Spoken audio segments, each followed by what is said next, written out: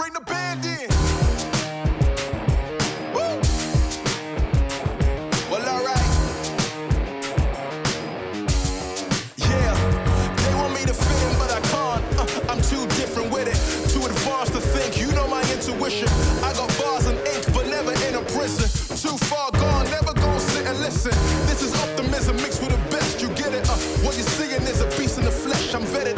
I don't need to try to speak for the rest. Always keep it abrupt, they wanna keep it a mess, you know. This is what you get when you're sitting as a vet. But everybody know that you're a threat. With the rest, let's go. We won't fit in a box. We don't quit, we won't stop. Ride us all to the top. We won't fit in your, we won't fit in your, we won't fit in your box. No, we don't quit, we won't stop. No, ride us all to the top. We won't fit in your box. No.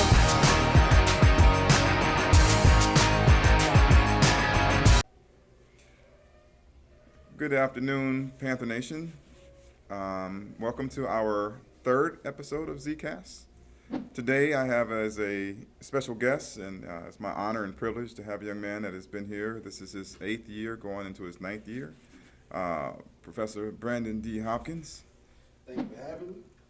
You're welcome. We're just going to do some informal talk. We're going to jump around a little bit, but I had a couple of questions that popped up in my head, and I want the world to get to know the staff members and what they contributed to the team, and just some of the thought processes that they have on different things. So, when you look back at your 8-year tenure going into your 9th year, what are 3 things that sticks out in your mind the most? In terms of Performances, life, just anything. one thing that sticks out to me is growth. I was able to do a lot of growing here at Prairie View, from an arranger standpoint, from a pedagogy standpoint, just all around. Being surrounded by so many great musicians and so many great professors, you're only going to just continue to pick up little tidbits and things that work. And I think I've picked up a lot of good information since I've been here at Prairie View, and was able to give out a lot of the information. Everything that I learned, I was able to reciprocate and give to the students as well. So I would say growth is definitely one of the greatest things that I've witnessed here on a personal level here at Prairie View. Second thing would be that the SWAC is just a whole nother beast in itself in terms of the fan base and just the seriousness in which everyone takes band and how competitive it can be. I know a lot of people see on the internet the banter that goes back and forth, but when you're living it day to day, it is a totally different animal. Definitely not one of the most competitive conferences for athletic bands, and it's just a knockout, drag out every single week, so it keeps it exciting. It's a pleasure to be out here. So that's the second thing. Third thing,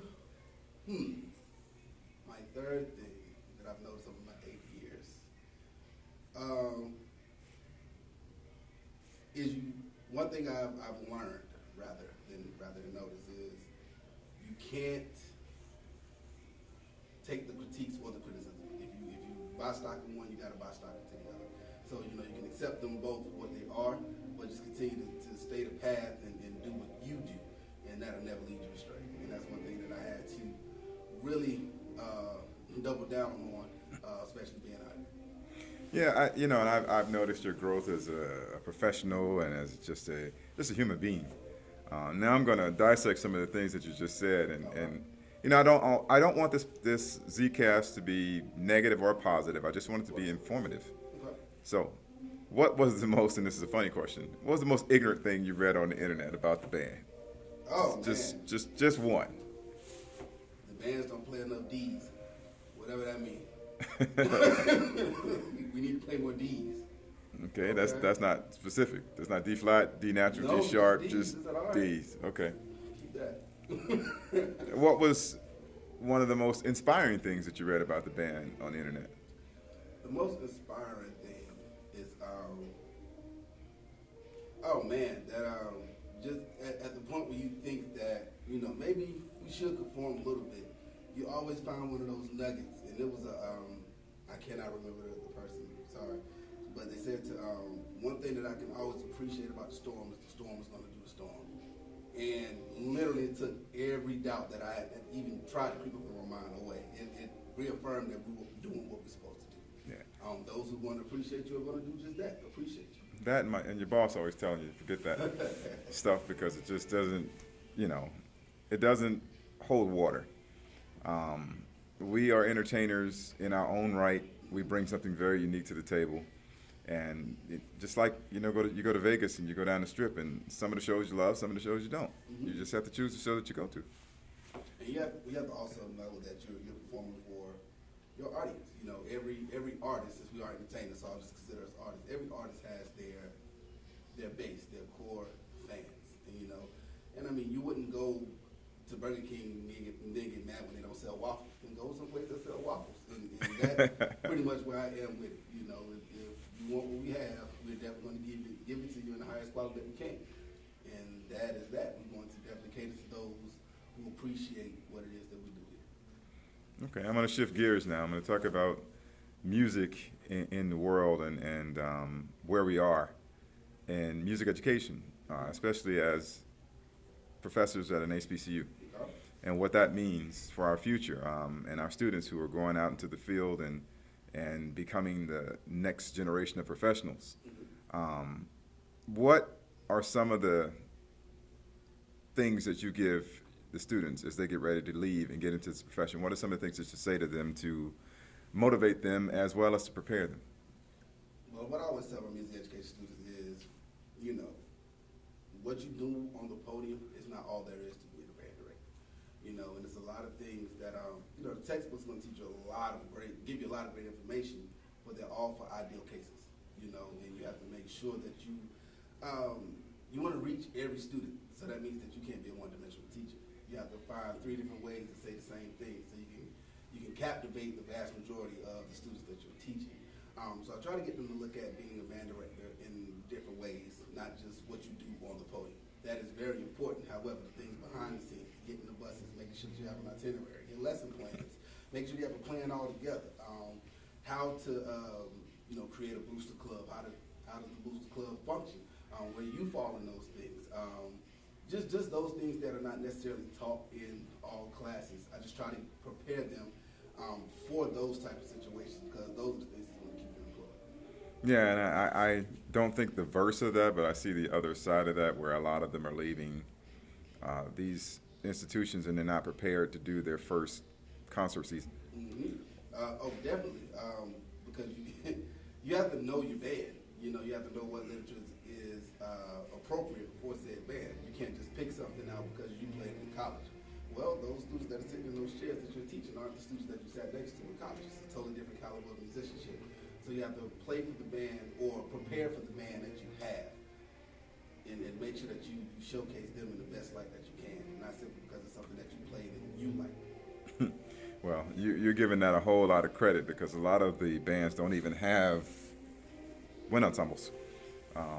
It's strictly marching band year round, and as a musician and as someone who has always aspired to be a good musician, that's very difficult to see, and coming from those programs and having to traverse different types of bands as a professional, you realize sometimes how far behind the pack you really are when you've never heard a certain instrument that's sitting next to you right now, like a contrabass clarinet, and you're like, what's this thing?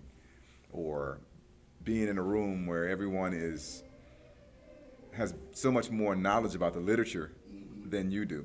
We're going to come right back to that in a second. See you guys in about 5.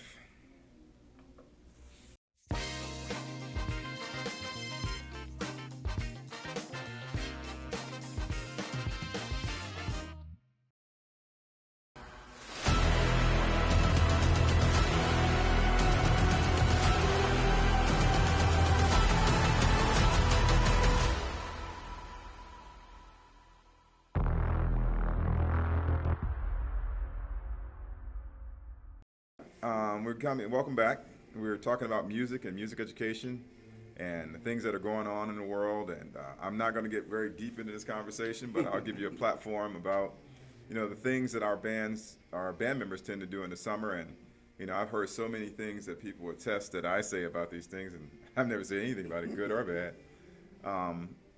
My ideal situation for our students in the summer, if they're going to go on and do other things, is for them to be involved in something that is going to give them some musical uplift, some musical just leaps and bounds ahead of where they are.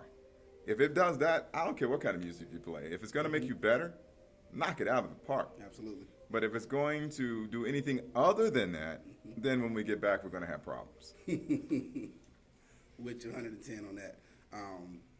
And I hate the divide that this conversation itself has caused, but, you know, I'm with you on that. I can care less, you know, what it is or who it is that you're playing with during the summer. All that's fine as long as it's reinforcing good habits, good technique, strong musical abilities. I'm for it all. You know, I'm with the whole entertainment aspect of it. I'm cool with that.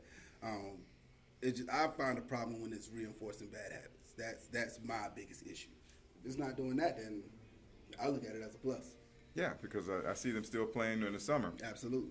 Which means that when they show up, you know, they got, 7, 8 hours worth of endurance, not 30 seconds. Touche. Which is what we have to work on when students put their horns down over the summer and come back, and it's all air and bubbles, and funny sounds. A whole lot of fluff going. So that's where my head is, and I'm not going to spend a whole lot of time on that. I just wanted to put that opinion out there and to get your input on that, that people can hear it straight from us and not have to go and, well, Dr. Zach or Prof. Hop. No. Well, to be clear, I am not anti-mass band or all-star band. I'm anti-bad playing. That's it. So if that shoe doesn't fit you, you don't have to wear it. There you go. Straight from the horse's mouth. You don't have to go out and quote that in any other way.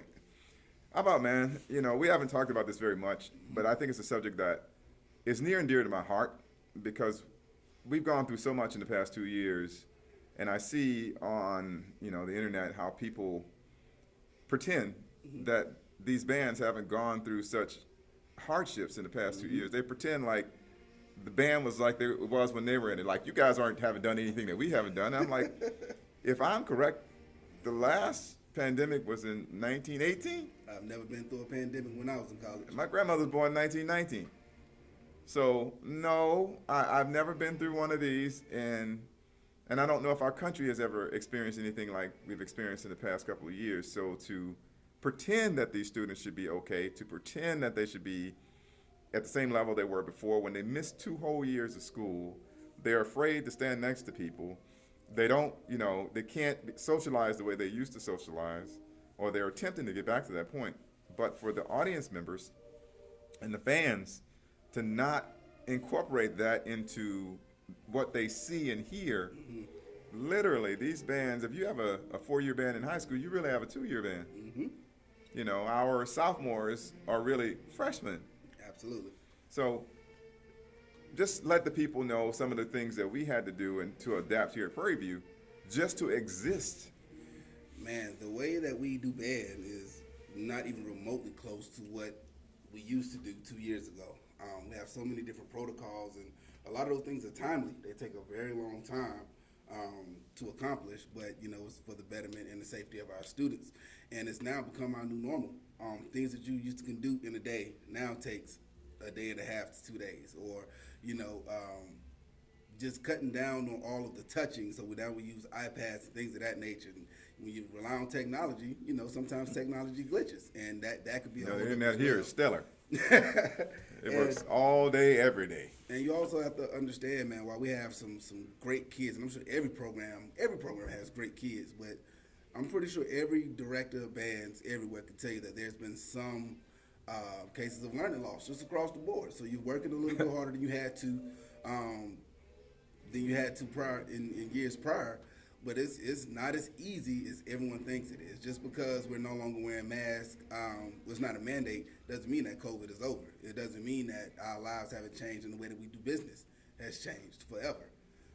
So I think sometimes it's a lot of undue pressure on these programs to meet and exceed where they left off in 2019, and that's just not the case because we don't do band the way that we've done band in 2019. I find that, we are always trying to raise the bar. And I find myself feeling really guilty sometimes because I put so much pressure on our students to be great. Yeah. I do. And I'm not apologetic about it. I am just, I'm fearful sometimes that I'm pushing them too hard. But, we can talk about the Joe Jackson story all we want to, but all I remember is Michael and the Jackson 5 and how what would the world be without them? It would definitely be a different world in the world of music. That is. Well, they couldn't be with them without somebody pushing them really hard. And I'm not saying that all that stuff happened or that transpired. No, don't go say he said no. What I'm saying is they needed that push. They needed that constant, we can be better. And that's what all of us aspire to do. And I know that we do it especially hard here. But with all those things being said, we have to take our students and sometimes put ourselves in their place to understand that these students are not the same as I was when I was in band. I didn't have to work in band. Did you have to work in band? I did not have to work when I was in band. Man, when we come back, we're going to talk about the state of the students in our band. We really can't talk about it in anybody else's band, but in our band and all the things they have to do in order just to exist here at the university. Yes. So we'll be right back.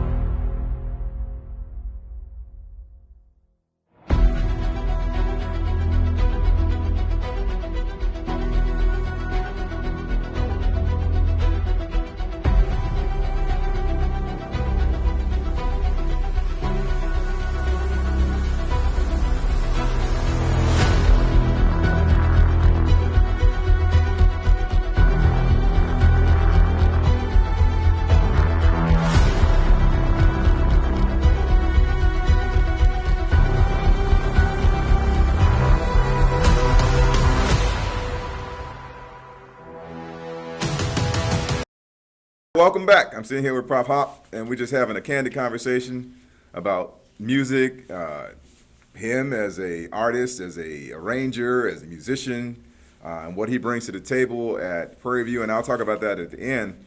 But we were just talking about the topic of what our students have to go through now just to be students, and I was saying that, I don't know what it was like at South Carolina State, but I know that when I was in school, I wasn't required to work, and I didn't have to. My financial aid covered most of what I had to do, so I was able to be a student. Yeah. But I'm finding as a director that is now the minority.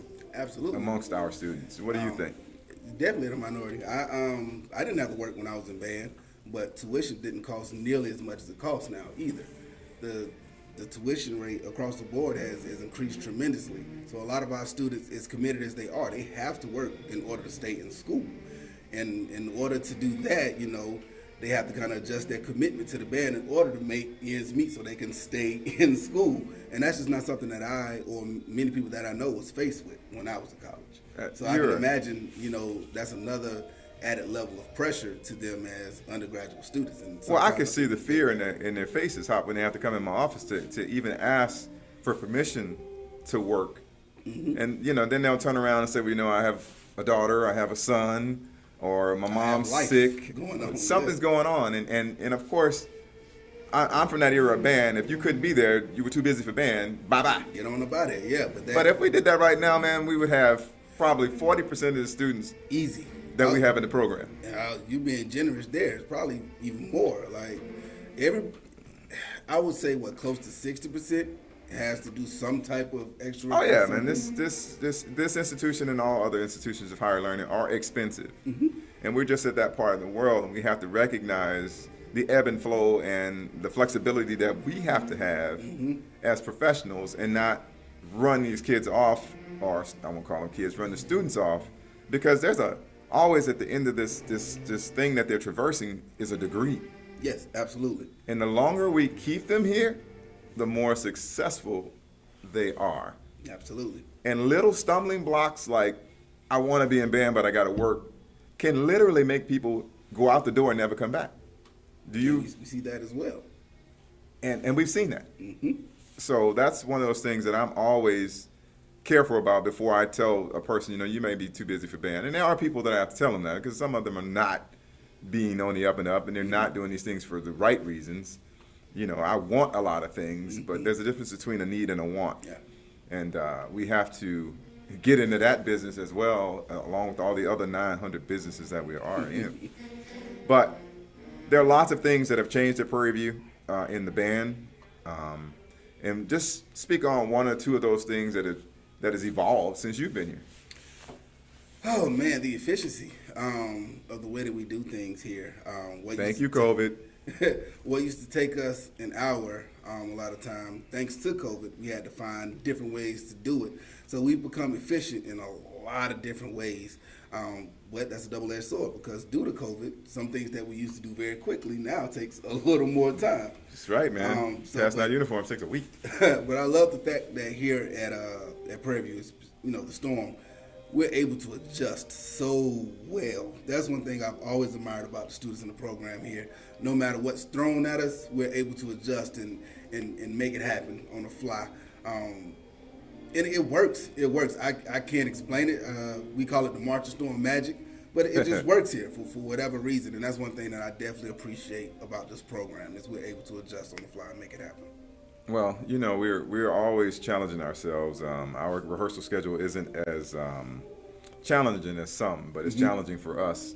And I have to remind our audience the breakdown, the percentages. The largest percentage of major in our band is biology, followed by engineering of all types and sorts, along with architecture, followed by nursing, and then animal plant science, along with criminal justice.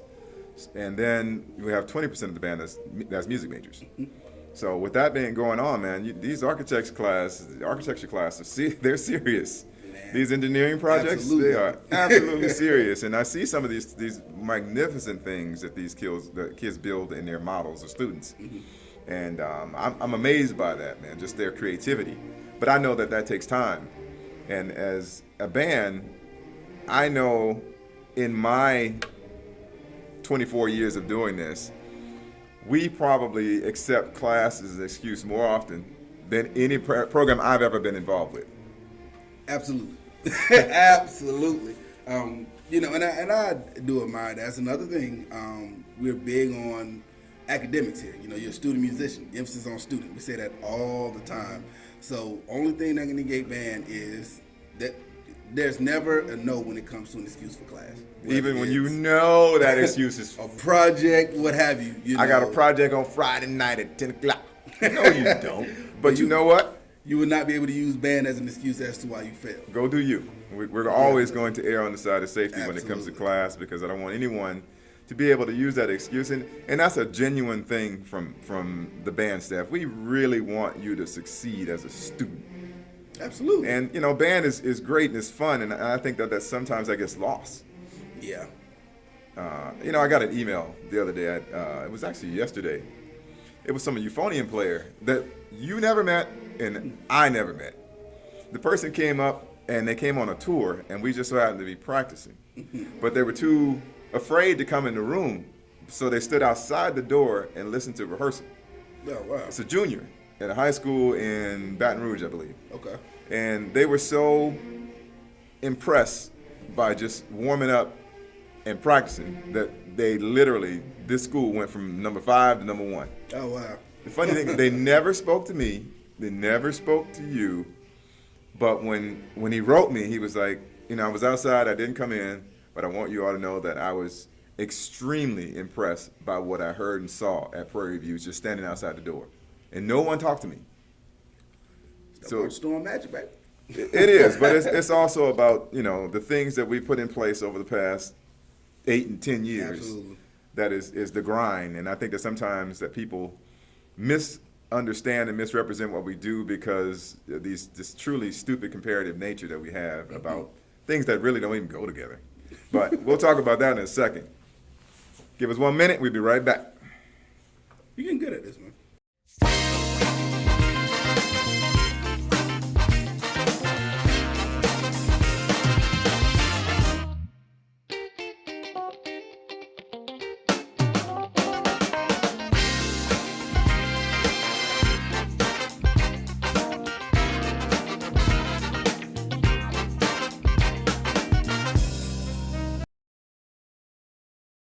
welcome back. And our final topic is the holiday season. We're going to Hop's house. He's having some weird meal. Is it right, Steaks though? for everybody. I thought we were having seafood. Hey man, crab legs are a little too expensive right now, so we're gonna hit the steak. Ribeyes for everybody. Ribeyes, that's all right, man. I get to come out and hang out with two of my favorite people. Well, three, if you could include Bryson when on a good day, when he's Man of the speaking. hour. No, but I want to make sure that everyone understands who we are and what we do, and we want to say a very special happy holidays to all of our fans and our PVAMU family. Absolutely. And we want to say a special thank you to our students who are here sacrificing today. Today is Monday, and we'll be here tomorrow. And then, it depends on how the game goes. We hope that we win, or we hope somebody loses. Something's going to happen. Something's going to happen on Saturday. We hope to be in Jackson the following Saturday. Absolutely. To bring that March Storm magic, as Prof Hop was talking about. But in order to get to that, when I was in school, I didn't expect to go home for Thanksgiving. I just lived in that state. You knew you weren't going home. But when you live in a state where the bands don't play for Thanksgiving, man, this is a hard sell. Like, we want you to stay here, and fellowship with us, yay, and right. practice for Thanksgiving. And we have some amazing students, and I must say thank you to them and to their families for allowing them to stay here to do what we do, to represent the institution at a high level. So it's a personal thank you from me. Definitely, and we were literally, 2 years ago, for like the last 4 years prior to COVID, we had games Thanksgiving weekend. You only had two. That was only two? It was the one from 2017 and then the one after. The one following, right? That was it. Okay. Well, yeah, either way, I just know that would have been a hard sell from where I came from. But Thanksgiving Day, we ate and literally went to practice and had a full band room. I just thought that was amazing that the students were willing to sacrifice their holiday, their time, and just to represent the university and the March of Storm. And I just thought that was amazing. I didn't think that was going to happen, to be honest with you, man. I knew it was going to happen because I know, our staff members like you and how engaged you are with our students and how much they respect you. And they respect the staff and they respect the institution. So we built a very loyal program, top to bottom. They are. I can't complain. Like I told you, I'm a tough boss. I am. I'm hard to work for because you have to wake up pretty early in the morning and outwork me. And I'm going to work, and I'm going to work. And I expect everybody around me to work and work and work. And sometimes I forget the key element in all of this is that these students are students. Absolutely. And I hear everyone ask for the band to do this and do that. Let's go here, let's go there, let's play for this, let's play for that. How about let's get some tutors? Let's go over here and get some of that class. Let's go over and get the computer. Let's go and write that paper. Let's volunteer to come in and help these kids to critique their papers before they turn them in. I don't ever get that part. No, just the performance part of it, man. And we have to remember, they're musicians, but they're student musicians. Emphasis on student. I can't drive that home enough. Cannot drive that home enough. Well, take it from me. I've done the math, as you already know. I've come up with 152,000 man hours in between summer band camp and the end of the fall. That's how many hours our students dedicate to this program collectively. I believe that. And I didn't even include the staff. I believe it, though. Yes, I didn't include the staff. Here, man. But 152,000 man hours in between when they show up and when they go home for the fall break, for Christmas. That's a lot, man. That's a whole lot. Yeah, and if you multiply that 152,000 hours times $10. It's a nice salary, ain't it? Yes, and that in itself is underpaying a musician who does what we do. But we have to understand that is some of the intrinsic value in our students. There's some monetary value in there too. And I think that our audience, our fan base, and those people that donate to us need to know that this is what they're giving in order to get that 5 to 7 minute performance. And these students have put thousands of man hours in it. And I say this all the time. This is not a Prairie View thing. This is HBCUs. Absolutely. And I think that's what people marvel at when they see us. They don't really marvel at what we're doing as much as what it takes to do what we're doing. And, that's one thing I do love about the age of the internet. We're able to give folks an inside glimpse of what it really takes to make this ship run, because it's not easy by any stretch of the imagination. It takes a lot of planning. It takes a lot of hard work. There's no shortcuts for it, you know. But I think a lot of times folks see the presentation and enjoy what they enjoy, as they should. Right. But sometimes I think they don't really conceptualize how much it really takes to do this. I think that I'm gonna end with something else, but I want to say this. It's like not understanding how much work a boxer does until you get into the ring with a real one. Exactly. And then you're like, wah, wah, wah. Then you understand. Blocking nothing. It look easy when you watch it on TV, right? Right, man. If I was in the ring, man, I would hit him twice. Mm-hmm. No, he'd hit you once, and you would have hit the floor. 2-hit fight. Boom. And sometimes being in our bands are like that. Everybody's a champ until you get into the ring with somebody. Until I tell you to get the pen and write something down. Write that note. Just write one note. Don't write the whole song. Write one note for the whole band. And that's another thing that I just kind of have to laugh at it. I used to take it so to heart when I first started out, but you know, when folks tell you what you should have played and how you should have played it. I'm telling you, man. And here, just like, you know what, y'all got it. Write one note for the band. But I'm going to end on this. We were awarded, I can't remember the name of the award yesterday, through Stage 13. Yeah, the Golden Award or something, correct, for the Series March? Yes, for the Series March. It was, I'm looking at in my mind now, it was a very short name. Can't remember. But anyway, the point of me saying that is I wanted to thank that crew for coming out and doing what they're doing. Yes, they were amazing. And helping us to represent the institution in a way that was respectful and also informative, and letting the rest of the world see what a jewel we have in the HBCU realm. Once again, I want to thank my brother from another mother. Absolutely. Yeah, 1 day apart, 100 years apart. September 19th, September 20th, 100 years apart. But you can't tell. That's my boy. Yeah, we're going to keep hitting the fight, keep keeping on, and keep the good fight going. And we'll see you soon on the performance field. Until next time, catch us on the Zcast.